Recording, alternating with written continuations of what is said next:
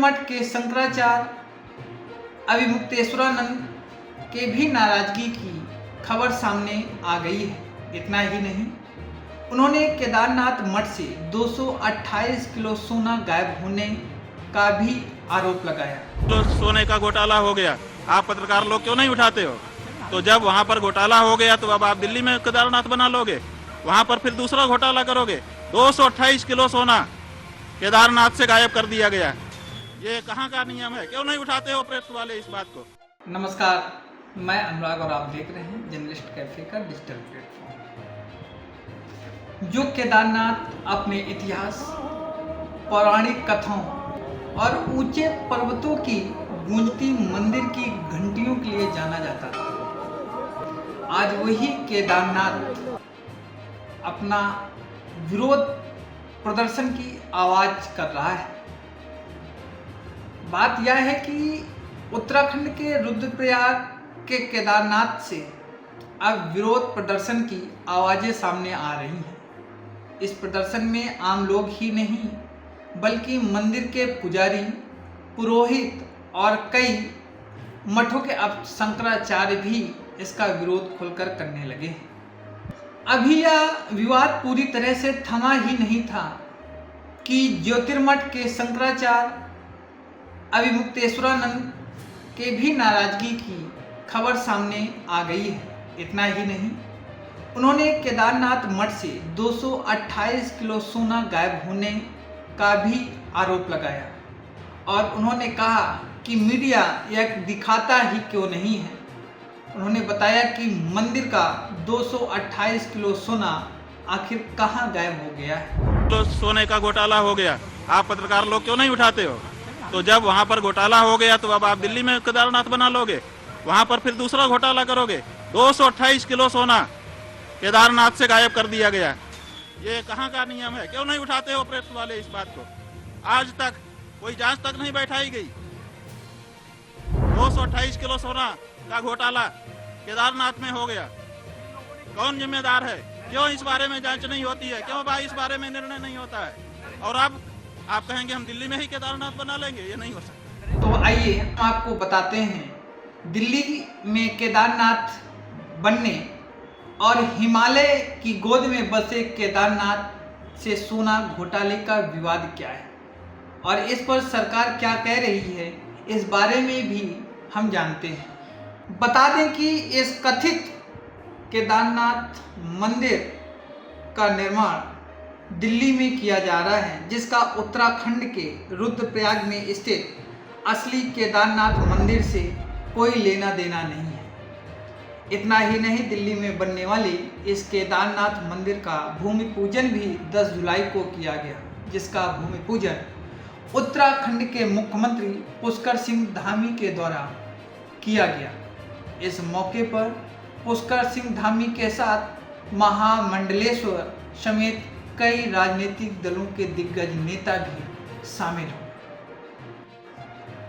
हालांकि जो मंदिर भूमि पूजन के लिए निमंत्रण पत्र जारी किया गया था, उसमें रुद्रप्रयाग वाले मंदिर की असली तस्वीर थी। इतना ही नहीं, निमंत्रण पत्र में डोनेशन के लिए एक QR कोड दिया गया था और उस QR कोड के साथ बैंक का डिटेल भी दिया हुआ था, जो दिल्ली में बनने वाले केदारनाथ धाम ट्रस्ट से दिख रहा था। इस ट्रस्ट के फाउंडर सुरेंद्र रौतेला हैं, जिन्होंने अपने सभी राजनीतिक संबंधों का इस्तेमाल किया और केदारनाथ भूमि पूजन में बड़ी बड़ी राजनीतिक हस्तियों को बुलाया।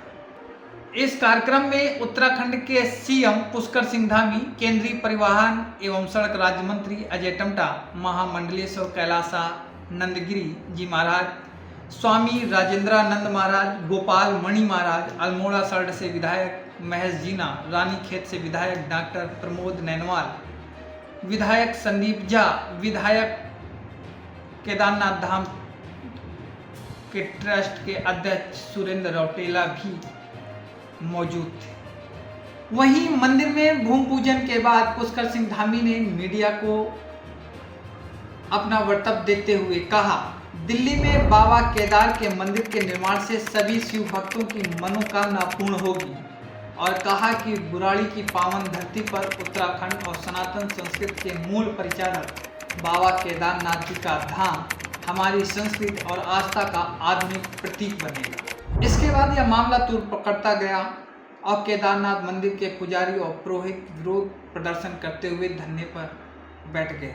उन्होंने कहा कि केदारनाथ मंदिर का निर्माण आदि गुरु शंकराचार्य ने 8वीं और 9वीं सदी में कराया था। यह हिमालय की गोद में बाबा का वास है। वहीं इस बढ़ते मामले के बीच केदारनाथ मंदिर समिति के अध्यक्ष अजेंद्र अजय का एक बयान सामने आया है, जिसे आप भी सुनिए कि वह आखिर क्या कह रहे हैं। देखिए, एक संत के रूप में मैं स्वामी अभिमुक्तेश्वरानंद जी का बेहद सम्मान करता हूँ, किंतु आप भी जानते हैं कि स्वामी अभिमुक्तेश्वरानंद जी की सुबह शाम लगातार प्रेस कॉन्फ्रेंस करते रहते हैं और इतनी प्रेस कॉन्फ्रेंस तो शायद राजनेता भी नहीं करते होंगे जितने स्वामी अभिमुक्तेश्वरानंद जी करते हैं। और विवादों को खड़ा करना, सनसनी फैलाना और चर्चाओं में रहना स्वामी अभिमुक्तेश्वरानंद जी की फितरत में शामिल है। उन्होंने केदारनाथ जी को लेकर के, केदारनाथ धाम में सोने के गायब होने को लेकर के जो बयान दिया है बेहद दुर्भाग्यपूर्ण है। और मैं स्वामी अभिमुक्तेश्वरानंद जी से अनुरोध भी करना चाहता हूं और उनको चैलेंज भी करना चाहता हूं कि वो तथ्य लाएं सामने, साक्ष्य लाएं और उसके साथ में वो सक्षम अथॉरिटी के समक्ष जाएं और सक्षम अथॉरिटी के सामने तथ्य प्रस्तुत करें, जांच के लिए मांग करें। और अगर उनको किसी सक्षम अथॉरिटी पर भरोसा नहीं है तो सुप्रीम कोर्ट जाएं, हाई कोर्ट में जाएं, जनहित याचिका दाखिल करें और उसके जांच की मांग करें अगर उनके पास वास्तव में किसी प्रकार के कोई साक्ष्य हैं। और नहीं तो बेवजह किसी प्रकार के विवाद खड़ा करना, केदारनाथ जैसे धाम पे की गरिमा को और उसके जो महत्ता है उसको ठेस पहुंचाने का स्वामी अभिमुक्तेश्वरानंद को बिल्कुल भी अधिकार नहीं है। और केवल विरोध करने के लिए, सनसनी फैलाने के लिए और कांग्रेस के एजेंडे को आगे बढ़ाने के लिए अगर वो कार्य कर रहे हैं तो ये बेहद दुर्भाग्यपूर्ण है। और मैं यहाँ पर यह भी स्पष्ट करना चाहूंगा कि जैसे हमने पूर्व में भी जब ये विवाद उठा था तब भी हमने स्पष्ट किया था कि केदारनाथ धाम में जो गर्भगृह को स्वर्ण मंडित कराया गया है उसमें बद्रीनाथ केदारनाथ मंदिर समिति की कोई भूमिका नहीं रही है और न ही प्रदेश सरकार का किसी प्रकार का कोई लेना देना रहा है उस मामले में।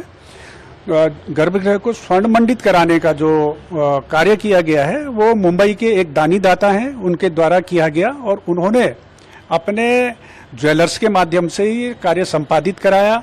मंदिर समिति ने ना ही सोना खरीदा और ना ही उन्होंने मंदिर समिति को सोना दिया है। उन्होंने स्वयं के माध्यम से, स्वयं के कारीगरों के माध्यम, स्वयं के ज्वेलर्स के माध्यम से कार्य संपादित कराया। और उनके बारे में, उन दानी दाता के बारे में यह भी कहना चाहूँगा, मैं बताना चाहूँगा आपके माध्यम से कि उन्होंने देश के तमाम मंदिरों में स्वर्ण के कार्य कराए हैं। उनमें काशी विश्वनाथ से लेकर, सोमनाथ से लेकर के, मुंबई के सिद्धि विनायक से लेकर के, अयोध्या में राम मंदिर में, और इससे पूर्व उन्होंने 2005 में बद्रीनाथ में भी ये कार्य कराया था।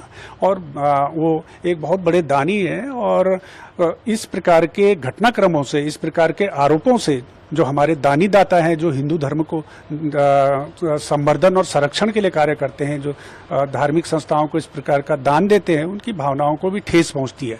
तो इसलिए मेरा स्वामी स्वरूप ये अभिमुक्तेश्वरानंद जी से अनुरोध है कि उनके पास किसी प्रकार के साक्ष्य हैं, केवल प्रेस के सामने बयानबाजी न करें, सक्षम अथॉरिटी के पास जाएं, जांच की मांग करें।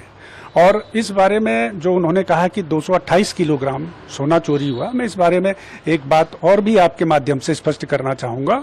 और पूर्व में भी हम ये स्पष्ट कर चुके हैं कि जो केदारनाथ धाम के गर्भगृह में जो दानी दाता द्वारा जो स्वर्ण लगाया गया है वो उसके लगभग वो 23 किलोग्राम के करीब है। और क्योंकि उस समय जब ये स्वर्ण मंडित किया जा रहा था गर्भगृह को, उस समय उससे पूर्व वहाँ पर गर्भगृह में चांदी की प्लेटें थी और चांदी की प्लेटों का जो वजन था वो 230 किलोग्राम था। तो मीडिया के कुछ लोगों द्वारा ये अनुमान लगाया गया कि चांदी की प्लेटें 230 किलोग्राम की हैं तो स्वाभाविक रूप से सोने की प्लेटों का वजन भी 230 किलोग्राम होगा। तो इस बात को प्रचारित हुई, लेकिन सोने की प्लेट और चांदी की प्लेट में काफ़ी अंतर होता है।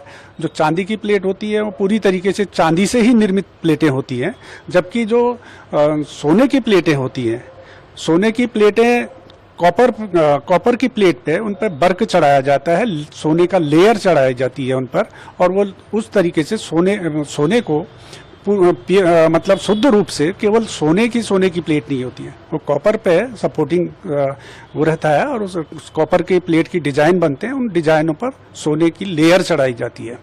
तो जो केदारनाथ धाम में जो स्वर्ण लगाया गया है वो 23 किलोग्राम करीब सोना है उसमें, और 1000 किलोग्राम करीब वो तांबे की प्लेटें हैं।